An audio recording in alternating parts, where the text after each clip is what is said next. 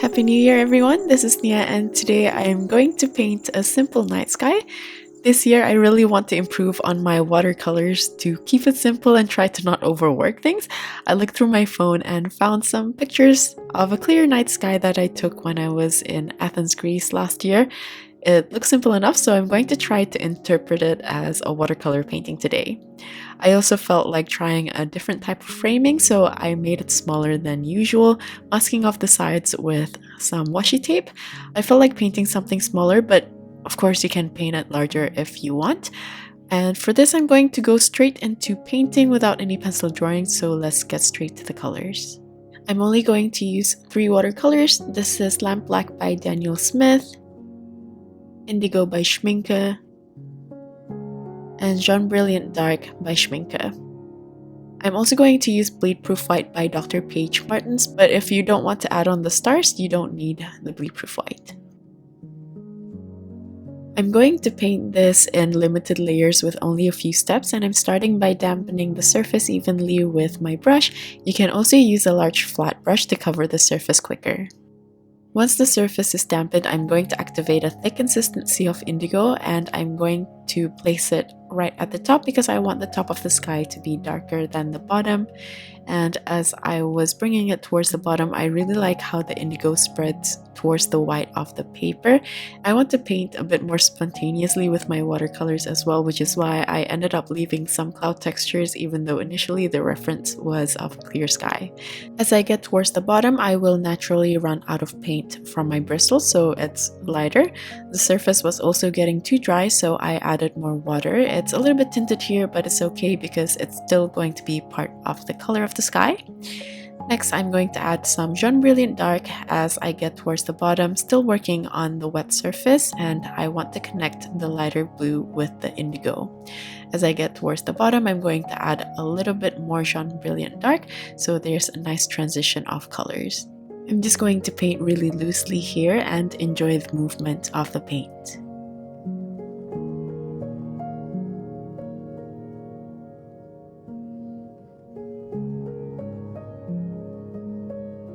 Initially, I wanted to paint the sky with just one layer, so while the surface is still damp, I used up some rolled tissue to take off a bit of paint for the moon, and I also dotted some tiny little stars. I also tried to darken a bit more at the bottom where the base looks too light, where the surface is still damp, but it seems like I've miscalculated how light the paint will dry, so after this, I'm going to dry everything off completely and add on a second layer.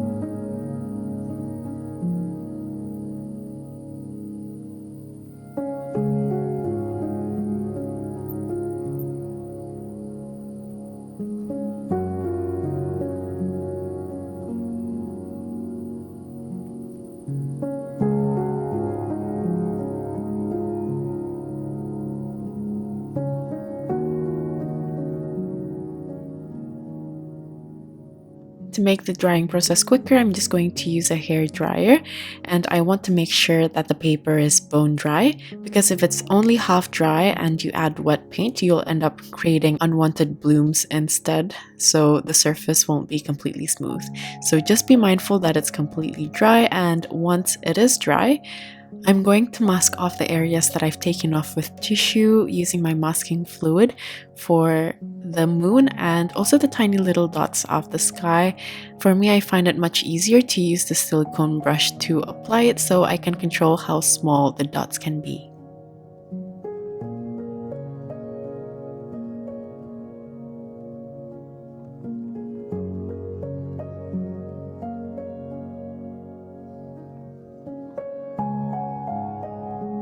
Now, before adding on the second layer to the sky, I want to first make sure that the masking fluid is completely dry so I don't accidentally smudge them. And once it is, I'm going to add on the second layer of the sky. I'm going to treat it the same way as the base layer, so it's as if this is a brand new base. I'm going to dampen the whole surface just like we did, and then place the indigo at the top, and as I get towards the bottom, I'm going to use the indigo and Jaune Brilliant mix.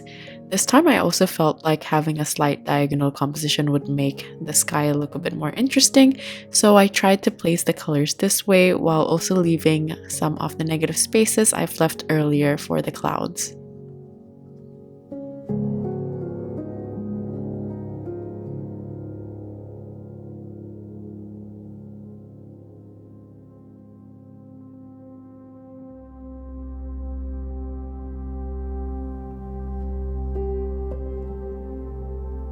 I'm going to help the paint move around using my brush, so I like the composition, and once I'm quite happy with how it looks, I'm going to dry everything off. I'm just going to use a hairdryer here, as for some of you, I know that drying masking fluid with a hairdryer sometimes makes the masking fluid stick too much to the paper. Personally, it was okay for me, but be careful if you have a track record of this happening. You might want to just leave everything to dry off completely instead of using a hairdryer. Okay, now we're ready to move on to the next step. I'm going to add on the plants. To do this, I dotted in a bit of water randomly in the area where I want the plants to be a bit more dense and thick. So I'm starting with the bottom right hand side. I'm working in sections here. Then I want to use a thick consistency mix of lamp black and indigo to paint on some pine needle leaf textures. I'm trying to think of the leaves fanning out, and I'm using my Chinese calligraphy brush here with a frayed tip. This way the marks that I'm making are very loose and abstract, and you can see the areas where the surface are damp, the paint spreads naturally, whereas on the dry surface you can see some dry brush textures. You don't have to use a calligraphy brush, you can use any other frayed brush for this, preferably with soft bristles though, so the bristles can come apart to create those organic textures. What I'm doing here is creating a background for some of the leaves, especially for the denser areas. If everything is painted with sharp edges, I feel like it'll look too busy and cluttered with all of the hard edges. So here I want to separate the layers so the leaves at the very top layer will be in full definition. Dampening some of the areas help to spread the paint, so some parts are a bit lighter and wispy, whereas some areas are darker, and I also feel like this adds to the depth of the painting.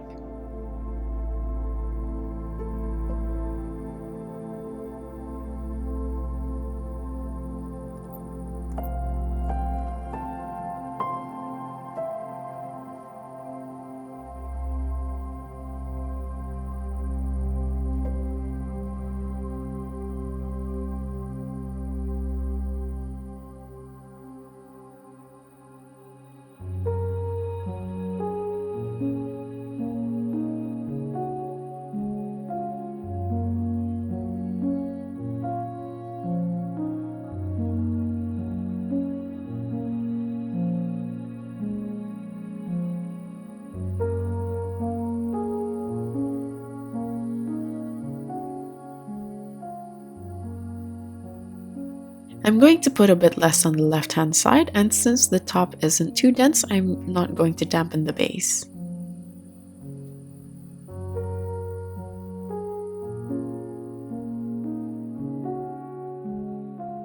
As I was painting on the single leaves, I felt like using this brush makes the leaves look a bit too textured for my liking. So after adding on a slightly darker value for the wet areas, I switched to a different brush. This is a small dagger brush. This was actually my first time using it, and it comes to a very fine point, but I like that the bristles are heavy on one side, so when I twist the brush ever so slightly, it gives different line weights, which is something I find a bit tough to do with a liner brush. Before adding on the leaves, I painted on the interesting lines for the branches. I like how it twists randomly, but I don't want to add too much since the leaves will also be lines as well. Just like the previous leaves, here I'm using a thick consistency of lamp black and a bit of indigo, but this time I'm painting on a completely dry surface so you can see how sharp and defined the lines are. Once I've painted a few branches, I'm going to paint on the main leaves, which are sticking out towards the middle. I want to paint on lines fanning outwards, growing from the same point, and I try to vary the lines of the leaves so some are straight, whereas others are a bit wonky and slightly curved. I want to play with the spacing in between the lines as well so the leaves look natural. So some lines are clumping together, whereas others might be further apart from each other.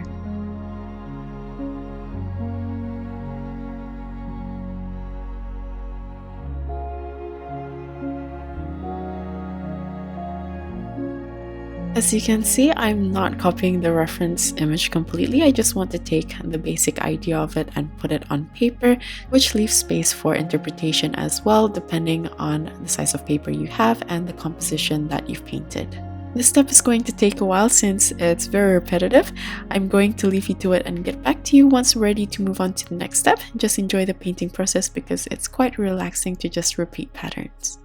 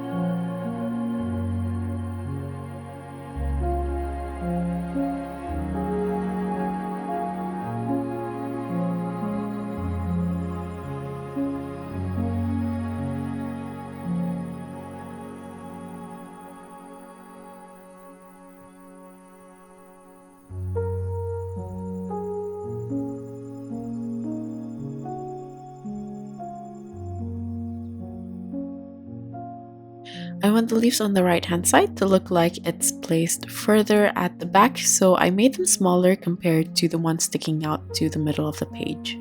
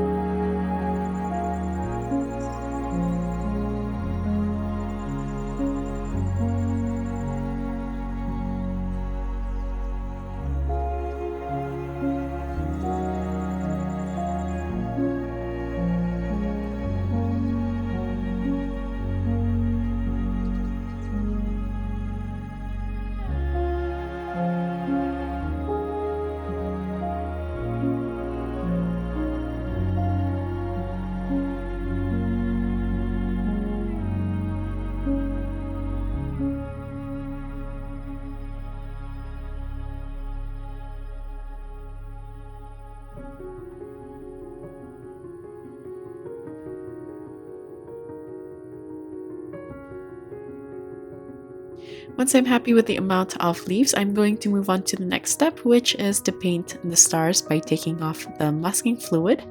I'm just going to rub the dried masking fluid with my finger to take them off. You can see that I've masked off certain areas over the leaves as well, and the dots somehow look a bit too uniform, and they're starting to look like cartoon measles, so we're going to take care of that next. For the dots in the denser areas of the leaves, I'm just going to use a medium consistency of indigo to paint over it, and for some of them in the middle, I'm just going to smudge and paint over them very lightly so they don't look as pronounced.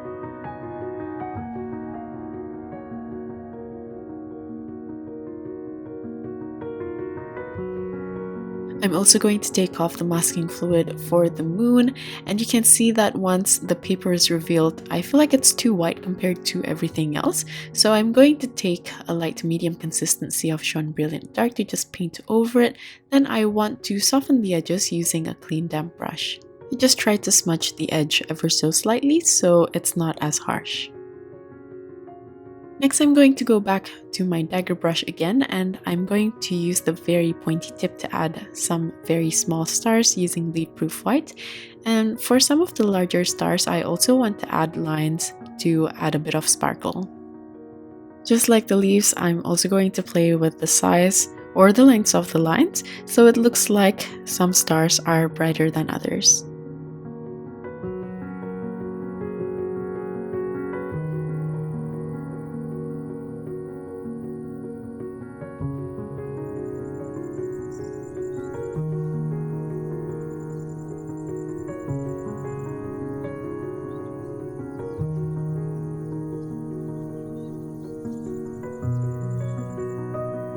For the larger sparkly stars, I like to smudge the center so the lines doesn't look too harsh and it looks like it's slightly glowing.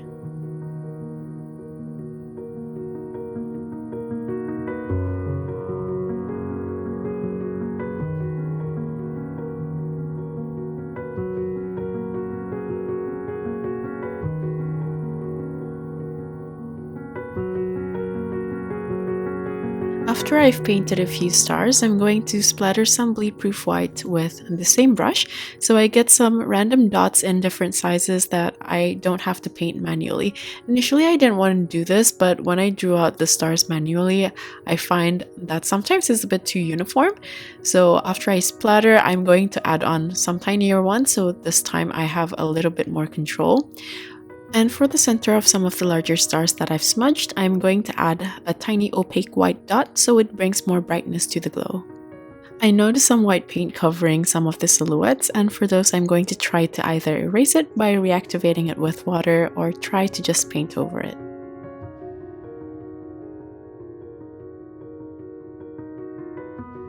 After doing this, I feel like some of the stars are a bit too white and large, so I'm going to smudge some of them by using a clean damp brush, and I'm going to do this in a circular motion so it looks like a distant star, and then take off the excess by dabbing it off with tissue. If some are completely erased, that's also fine, but for some others, I'm also going to add a smaller white dot at the center of the smudge, so some of the dots also glow, but not as bright as the sparkly ones. I find that this just creates a different variation, which makes the stars look more interesting.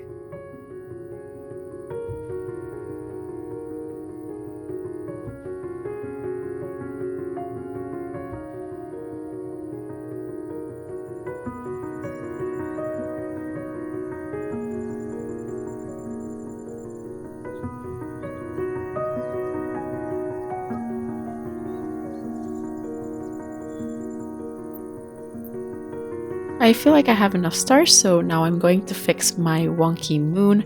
I'm just using a bit of bleed-proof white to re-outline the edges and make it a bit neater, and I'm using a medium consistency so the white won't be overly opaque and distracting. I didn't really like how the star looked, so I just covered it with a bit of blue so it looks lighter, and after this I'm just going to unmask and reveal the painting.